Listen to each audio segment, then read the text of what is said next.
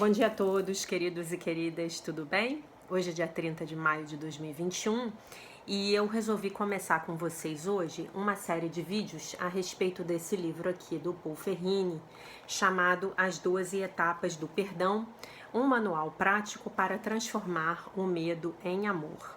O Paul Ferrini é aquele autor que eu já li alguns textos para vocês aí de domingo, né? E que escreve, tem vários livros, ele tem, me parece que 40 livros publicados, muito poucos em português, muito poucos traduzidos. E ele escreve com base nos ensinamentos de um curso em milagres. E ele escreveu esse livro maravilhoso chamado As 12 Etapas do Perdão. E aí, hoje a gente vai começar com um primeiro vídeo comentando o que ele chama, na introdução do livro, de as 4 máximas do perdão, né? Então, quais seriam as 4 máximas? Eu quero que vocês tenham em mente que tudo que o Paul Ferrini fala aqui, ele traz a partir do ensinamento de um curso em milagres. Claro que é uma visão pessoal, é a maneira como ele percebe o curso, como ele entende o curso, mas ainda assim, no meu ponto de vista, tá bastante bem fundamentado no texto original de Um Curso em Milagres, né? Então ele fala que o perdão tem 4 máximas. A primeira, o perdão começa no nosso próprio coração. Só depois que nos perdoamos, conseguimos perdoar as outras pessoas ou receber o seu perdão. 2. O perdão não é condicional, embora a nossa prática do perdão o seja. Muitas vezes o seja, né? Não necessariamente. 3. O perdão é um processo contínuo. Ele vem em resposta a todo julgamento que fazemos contra nós mesmos ou contra as outras pessoas. 4. Qualquer gesto de perdão é suficiente. Qualquer coisa que possamos fazer hoje é o bastante. E esse entendimento nos habilita a praticar o perdão com perdão, né? Então eu vou comentar aqui um pouquinho cada uma dessas máximas, né?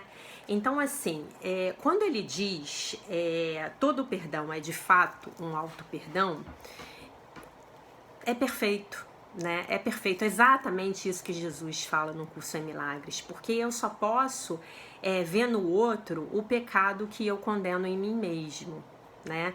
Eu só posso projetar no outro, do lado de fora, no mundo 3D, aquilo pelo qual eu ainda não me perdoei. Ou, eventualmente, se aquilo acontecer comigo e eu já tiver me perdoado, eu já não tiver mais aquilo dentro da minha mente, então aquilo não vai me incomodar tanto, né? Então eu realmente concordo plenamente com ele quando ele diz que todo perdão começa consigo mesmo, né? E esse é um passo muito importante, gente, porque na verdade, eu sou a pessoa que mais precisa do meu perdão. E você é a pessoa que mais precisa do seu perdão. Porque dentro de nós foram incutidos tantos condicionamentos de que nós somos pecadores, de que nós somos errados, de que nós não somos bons o bastante, de que nós somos indignos de ser amados, de que nós não merecemos o amor de Deus, que o nosso primeiro trabalho precisa ser o trabalho do auto-perdão mesmo. E aí quando eu começo a me perdoar, quando eu começo a enxergar a minha própria inocência, fatalmente eu vou começar a ver a inocência do outro. Vai começar a ficar mais fácil para mim eu olhar para o outro através dos olhos de Cristo, através da visão crística, né? Então, assim, ele diz no livro, né, que muitas vezes as pessoas, quando elas se sentem culpadas, elas vão buscar o perdão de terceiros. Então, do que isso se trata? Ela vai buscar o perdão do rabino, ela vai buscar o perdão do padre, vai buscar o perdão da mãe, do pai. E, na verdade, ela só vai encontrar paz se ela encontrar o auto-perdão, né? E para você encontrar o auto-perdão, obrigatoriamente você vai ter que abrir mão do sistema de pensamento do ego. Você vai ter que deixar de se sentir separado do Criador. Você vai ter que buscar esse perdão na sua consciência de união com Deus, né? E aí, para mim, é que tá a chave do auto-perdão. É a gente, na nossa prática de meditação e de orientação, de oração, a gente se reconectar com Deus para poder sentir dentro dos nossos corações o amor de Deus por nós. E aí vai ficar muito mais fácil se perdoar. E aí vai ficar muito mais fácil perdoar o outro que tá lá do lado de fora, né? E que aparentemente está mostrando alguma coisa pra gente do lado de fora, mas essa coisa do lado de fora é uma projeção minha, é uma projeção de um equívoco da minha mente, né? Então ele diz assim, se você não tiver realmente conseguido perdoar você mesmo, o perdão do outro também não vai ajudar muito, né? Porque você no fundo vai continuar se sentindo culpado. E vocês podem ter alguma lembrança de algum momento na vida de vocês em que vocês fizeram alguma coisa e depois se arrependeram, depois conseguiram ter a consciência de que aquilo não foi tão bom. E mesmo assim, mesmo depois que a pessoa eventualmente atingida foi perdoada por vocês, você foi lá e pediu perdão e tal, você ainda não se sente bem. E por que ainda não se sente bem? Porque ainda não perdoou a si mesmo. E por que ainda não perdoou a si mesmo? Porque ainda não conseguiu sentir que você é um com Deus e que você fez o melhor que você podia naquele momento, com aquela consciência que você tinha naquele momento, tá? Aí ele vem para a segunda máxima, né? Ele diz assim: o perdão não é condicional e nem parcial, né? E aí o que ele quer dizer com isso? A gente precisa buscar o perdão, buscar perdoar com um coração sincero, né? A gente realmente precisa buscar esse perdão com honestidade, com verdade. Esse perdão não pode ser alguma coisa que a gente esteja eventualmente buscando só com a mente. Eu quero perdoar o outro. Eu quero realmente perdoar o outro. Eu quero realmente entender o que fez o outro a sentir tanto medo de mim, né? Porque o mal feito, ele sempre vem de um estado de medo. Ele sentiu tanto medo de mim que ele resolveu me atacar, que ele resolveu me injustiçar, que ele resolveu ser desonesto comigo, que ele resolveu fazer alguma coisa pra mim que... Vamos pegar um exemplo aí que seja evidentemente, obviamente errada, né? E aí o que ele diz assim? O que ele diz, né? Ele diz que enquanto nós estivermos tentando justificar o nosso ataque, né? Porque a gente está culpando o outro, porque a gente está condenando o outro, porque culpar o outro e condenar o outro são formas de ataque, então o nosso perdão vai continuar a ser parcial e a gente vai continuar atacando o outro e não conseguindo perdoar o outro, né? Aí ele diz assim: o perdão é em sua natureza incondicional e imparcial. Ele nos tira do passado e nos traz para o momento presente. Isso é 100%. Quando eu perdoo, eu saio do passado, eu tenho que vir para o presente, eu tenho que pegar os meus recursos internos aqui para eu poder perdoar, né? Eu tenho que estar no presente para eu poder perdoar, né? E aí soltar o passado, deixar os julgamentos de lado, entender que aquilo já foi, né? É difícil porque a nossa mente o tempo inteiro ou ela tá no passado ou tá no futuro, né? Porque o tempo inteiro a gente tá governado pela mente do ego, que não fica no presente, né? No presente a gente encontra o nosso ser real, né? No presente a gente encontra o sistema de pensamento do Divino Espírito Santo. E se você observar no presente mesmo, aqui no presente, aqui e agora, nada ocorreu. É isso, né? Então, o que ele diz mais aqui, né? Aceitar os julgamentos que eu fiz sobre o outro, sobre mim mesmo e sobre todos os envolvidos é um passo para eu me dirigir honestamente com meu coração limpo para esse perdão, né? E se eu ainda guardo ressentimentos, eu aceito isso também. Então, se eu ainda tô ressentido, se eu ainda tô ressentida, eu aceito isso também, mas eu faço um esforço de soltar. Eu faço um esforço para soltar. Eu entrego os meus ressentimentos na mão do meu Divino Espírito Santo, né? Isso é uma coisa que eu posso fazer, que tá na minha escolha, no momento presente, né? E aí ele diz assim: o rancor nasce do medo. Aprender a confiar novamente é um processo, né, que vai ser contínuo. Perdoar e aprender a confiar novamente é um processo que vai ser contínuo. Mas por que contínuo, Jaque? Porque a gente não precisa ser perfeito para perdoar. A gente vai perdoar e vai julgar novamente. E aí a gente perdoa um pouquinho mais. E aí a gente vai perdoar e julgar novamente. E aí a gente perdoa um pouquinho mais. Mas a gente vai acabar escorregando no julgamento na medida em que estamos no mundo 3D e ainda fortemente dominados pelo sistema de pensamento do ego, né? A terceira máxima do perdão. O perdão é um processo contínuo. O perdão é a resposta que trazemos às pessoas aqui na terceira dimensão.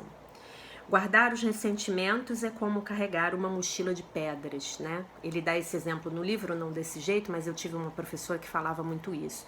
Que uma professora de espiritualidade maravilhosa, ela falava assim: os nossos ressentimentos são aquela mochila de pedras que a gente carrega e que a gente se recusa a liberar, soltar, porque no fim das contas a gente acha que a gente tem razão e que se a gente soltar o ressentimento, como é que a gente fica, né? Eu perco a minha razão, eu perco a minha justificativa para estar me sentindo mal. Então os nossos ressentimentos, eles acabam se transformando em bens colecionáveis, né?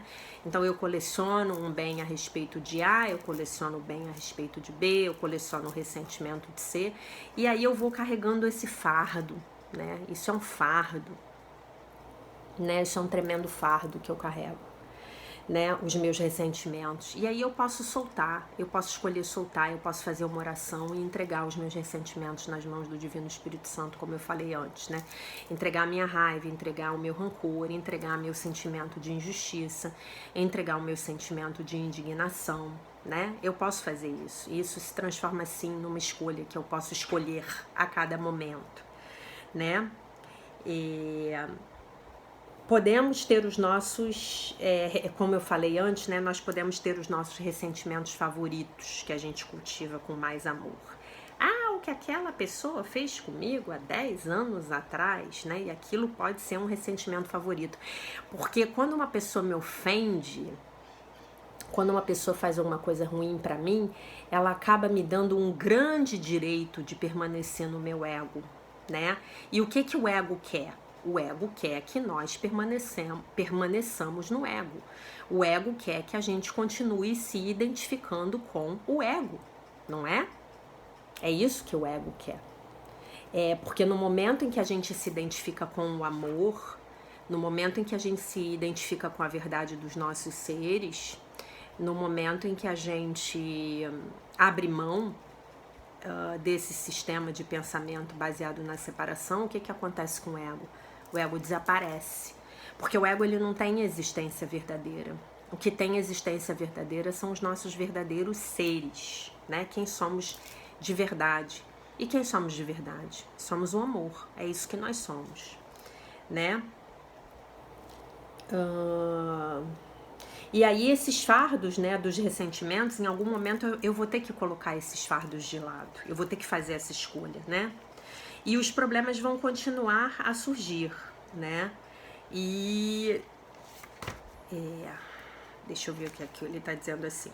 Nós, de fato, tentamos nos livrar de todo o ódio que sentimos por nós mesmos, responsabilizando os outros pelos nossos próprios problemas, né? Num infinito ciclo de ataque e julgamento. Mas esse ódio, né, e esse auto-ódio, ele continua lá, mesmo quando há outras pessoas envolvidas. Então, mesmo quando eu projeto, eu tenho a ilusão de que eu estou resolvendo o meu problema porque eu estou projetando. Mas aquilo continua lá. E aquilo está numa situação pior do que se eu tivesse consciência de que eu estou projetando, porque está escondido, então está me envenenando, né? Então tudo que é de pensamento ruim, sentimento ruim que a gente esconde no nosso inconsciente, acaba tendo um potencial de prejudicar a gente muito mais, porque aquilo fica lá atuando na nossa mente de uma forma insidiosa, né? E aí ele diz aqui, não vamos parar de julgar em breve, né, rapidamente, mas podemos exercitar a aceitação a aceitação das nossas feridas internas. E essa aceitação pode levar, né, vai levar o amor de Deus até essas feridas internas da nossa criança interior e vai ter a possibilidade de curá-las. Então, o que é isso? É a gente jogando luz na escuridão. E a escuridão não resiste à luz, porque ela não tem existência verdadeira. A escuridão é apenas falta de luz. Então, quando a luz do amor de Deus chega, essa escuridão desaparece. Quando a luz chega, eu obrigatoriamente vou trazer uma cura para aquela ferida emocional lá do meu passado, né? E aí ele fala do conceito da criança interior, que eu particularmente amo, né? E que diz que as nossas feridas estão lá até os 8 anos de idade, até os 7, 8 anos de idade. Estão todas as nossas feridas emocionais, nas nossas primeiras fases de desenvolvimento. E tudo aquilo que a gente vai passar como adulto, né? O que acontece comigo hoje, na verdade, é a repetição de uma ferida que a minha criança interior carrega com ela e que eu ainda não fui capaz de curar. E aí o que eu faço? Eu levo a luz, eu levo o amor de Deus para essa ferida, eu começo a cicatrizar essa ferida e aí eu não preciso mais atrair a situação do lado de fora para mim, né? Então imaginem, por exemplo, que eu fui uma criança que passou por alguma injustiça no colégio, né? Uma criança pequena, sei lá, de 7 anos, passou por uma injustiça envolvendo um coleguinha, envolvendo a professora no colégio. Então, hoje eu posso repetir essa ferida não curada, que me machucou muito lá quando eu tinha 7 anos, passando por uma injustiça no meu trabalho, com um chefe, com um colega de trabalho, né? Envolvendo um chefe, que é a figura de autoridade, que seria a professora, e envolvendo um colega de trabalho, que seria o equivalente ao meu coleguinha lá. Né? Então esse é o conceito da criança interior que eu particularmente amo. Já fiz trabalho de cura da criança interior na minha vida e foram vários trabalhos e foram trabalhos muito poderosos. São trabalhos que eu faço até hoje, né? Então ele diz assim, todas as formas de perdão são aceitáveis e cada um de nós vai encontrar um jeito de perdoar, vai encontrar o seu jeito de perdoar. E todos os jeitos serão certos, né? Não há um jeito errado de perdoar. Perdoe um pouquinho, perdoe do seu jeito, perdoe do jeito que você puder, mas perdoe, né? Você pode fazer uma orientação, uma oração perdoando para perdoar a pessoa. Você pode fazer uma visualização, imaginando que você está falando tudo de ruim para a pessoa e depois você envolver essa pessoa numa luz na sua visualização. Você pode escrever uma carta de perdão para essa pessoa. Todas são técnicas de perdoar. Você pode fazer uma oração pelo bem dessa pessoa, né? Pode fazer. Você pode fazer uma oração pelo seu próprio bem. Você pode fazer uma oração pedindo a Deus para te ajudar a perdoar. Eu faço muito isso. Eu digo para Deus assim, eu falo assim, eu não consigo perdoar essa pessoa, mas eu peço a você que perdoe através de mim. O meu ego, eu não consigo perdoar essa pessoa. Eu sou impotente diante da indignação, do ódio, da raiva que eu tô sentindo por essa pessoa. Eu sou impotente. Mas então eu peço a você, meu Deus, meu Divino Espírito Santo, que perdoe essa pessoa através de mim. Que eu seja um canal para que o seu perdão chegue. E funciona muito, né? Funciona muito rápido. Podemos perdoar um pouquinho de cada vez e ir esvaziando a nossa mochila de pedras devagarzinho, né? Essa é a terceira máxima que se confundiu aí um pouco com a segunda, né? E aí a quarta, qualquer gesto de perdão é o suficiente, o que podemos fazer hoje já é bom bastante, né? Então, o que ele nos lembra no livro, o Paul Ferrini? Ele nos lembra que todo ataque é um pedido de amor, porque todo ataque, segundo um curso em milagres, está baseado no medo. Então, aquela pessoa que faz maldade com você, que fez maldade com você, ela estava com medo. Ah, mas como assim? Não posso entender. Ela estava com medo. E se você observar bem a situação, você vai ver o tamanho do medo dela. Então, eu posso dar um exemplo para vocês aqui. Num casal onde há uma traição, né? E havia um acordo de monogamia, porque eu sei que tem casamentos que não tem, né? Então, só estou usando como exemplo aqui aquele casamento onde havia um acordo de monogamia. Talvez a pessoa que traiu, ela tivesse com muito medo de não ser boa o bastante para quem era o cônjuge, o marido ou a esposa dela. Então esse era o medo, não ser bom o bastante. Então a pessoa vai, se afasta e procura um terceiro elemento, talvez até para se sentir melhor. Ou talvez essa pessoa estivesse com muito medo e com muito medo mesmo da crítica e do julgamento que ela estava recebendo em casa do seu parceiro e da sua parceira. Não vou entrar aqui em generalizações, porque cada caso é um caso, mas só estou tentando explicar para vocês a maneira como o ego funciona, né? Então todo ataque provém de um sentimento de medo. Não tenham dúvida disso. Isso não varia em Um Curso em Milagres, tá? Não varia. Todo ataque é baseado no medo. Todo ataque é um pedido de amor. Todo ataque é um pedido de ajuda, tá? É fácil lidar com isso? Não, gente, é difícil pra caramba, tá? Mas a gente começa com a nossa compreensão intelectual. Já ajuda muito, tá bom?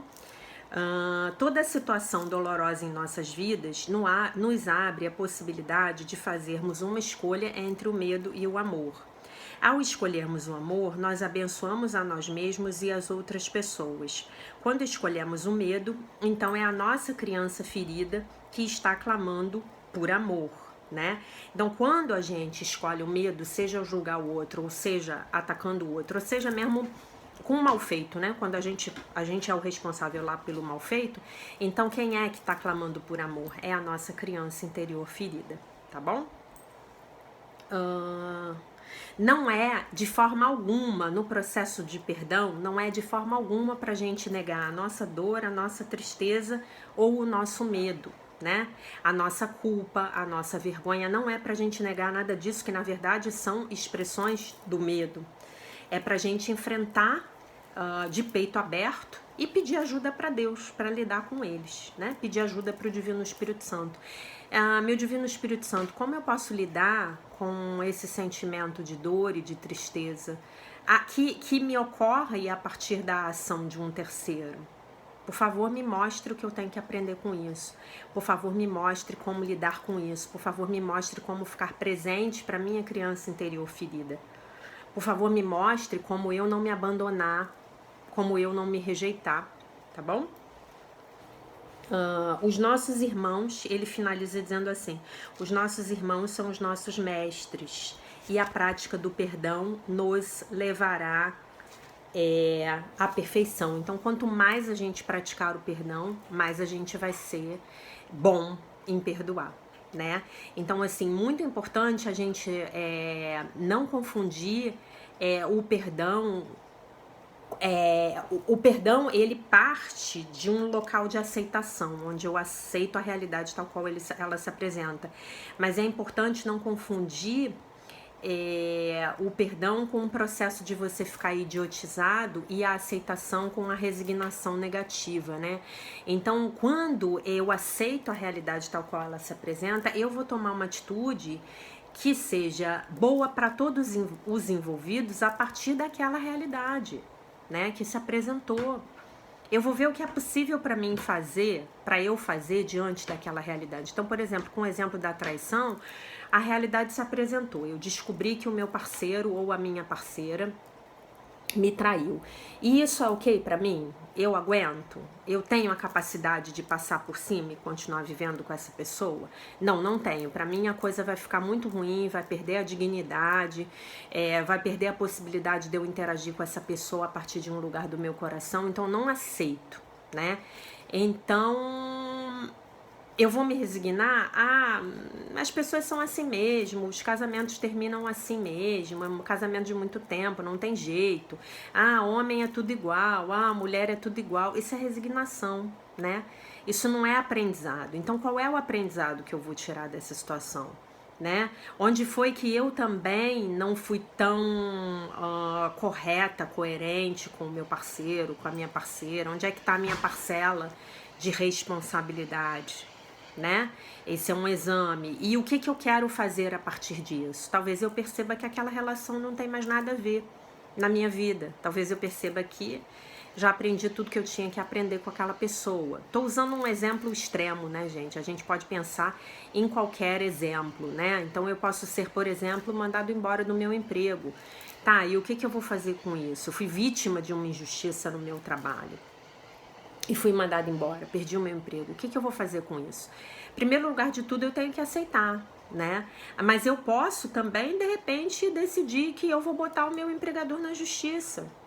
Se eu acho que eu tenho provas para isso, se eu acho que eu tenho legitimidade. Mas eu posso fazer isso, tudo isso, a partir de um lugar de coração aberto, onde eu estou abençoando o outro. E onde eu estou tentando buscar o meu aprendizado, buscar a minha responsabilidade naquela situação. Né? Talvez aquele emprego ali também já não tivesse mais nada a ver comigo e talvez aquilo seja uma grande oportunidade disfarçada para eu abrir a minha própria empresa, para eu buscar um outro caminho, né? Então, eu acho essas lições, essas máximas dele muito boas e vou repetir para vocês, né? Tem uma frase aqui muito boa que eu sublinhei no livro que ele diz assim: por que precisamos do perdão? Porque todos nós nos condenamos e todos nós tentamos nos livrar do ódio que nutrimos contra nós mesmos, projetando nos outros a responsabilidade pelos nossos problemas. Não sei se eu falei isso. Mas isso simplesmente não funciona. O ódio contra si mesmo continua sendo o ódio contra si mesmo, mesmo quando as outras pessoas estão envolvidas. E atacando os outros ou nos defendendo dos ataques sofridos, não amenizaremos o julgamento que fizemos contra nós mesmos, cujas raízes são profundas. No fundo de cada um de nós existe uma criança ferida que precisa ser curada. E o processo de perdão oferece a essa criança a oportunidade de cura. Trata-se de um processo que não acaba enquanto não paramos de nos julgar e de julgar as outras pessoas. Não sei se eu li esse texto repetido. Se tiver lido, me perdoem, mas aí vocês já sabem que é para gravar, tá? E vou ler novamente. O perdão, as 4 máximas do perdão. 1. O perdão começa no nosso próprio coração. Só depois que nos perdoamos, conseguimos perdoar as outras pessoas ou receber o seu perdão. Se começa no meu coração, tem que começar com sinceridade. Tem que começar a partir de um lugar de bastante honestidade e verdade dentro de mim, né? 2. O perdão não é condicional, embora a nossa prática do perdão muitas vezes seja que eu perdoe um pouquinho de cada vez, né? 3. O perdão é um processo contínuo. Ele vem em resposta a todo julgamento que fazemos contra nós mesmos ou contra as outras pessoas. Todo dia ali, orai e vigiai. Hoje, amanhã, terça-feira e por aí vai. Ano que vem. 4. Qualquer gesto de perdão é suficiente, né, para esse momento. Qualquer coisa que possamos fazer hoje é o bastante. E esse entendimento nos habilita a praticar o perdão com o perdão e nos habilita à perfeição na prática, né? E é isso então. Então a gente começou a série de vídeos com esse vídeo, as 4 máximas do perdão, e eu vou caminhar com vocês nos próximos vídeos através das 12 etapas do perdão do livro do Paul Ferrini.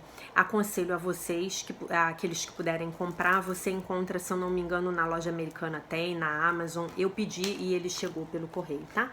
Tá aí em português. Um livro muito bom. E só para finalizar, eu queria dizer para vocês o seguinte: quem mais precisa da prática do perdão? Todos nós precisamos, 100%, mas eu vou dar algumas dicas. Se você estiver com problemas financeiros e de dívidas, você precisa muito praticar o perdão. Se você estiver com uma vida amorosa infeliz ou incompleta, você precisa muito praticar o perdão. Se você tiver mágoas e ressentimentos dos seus pais, você precisa muito de uma prática do perdão. Se você estiver doente, você precisa muito de uma prática de perdão, tá bom? Então essa é a minha dica. E dentro dessas ramificações aí, a gente vai encontrar os lugares onde o perdão é mais necessário. E aí isso fica para os próximos vídeos, tá bom, meus queridos? Esse era o recado aí do domingo e eu espero poder em breve continuar a série dos outros vídeos. Um beijo! Fiquem com Deus, fiquem com a paz de nosso Senhor Jesus Cristo e, se Deus quiser, nos vemos amanhã.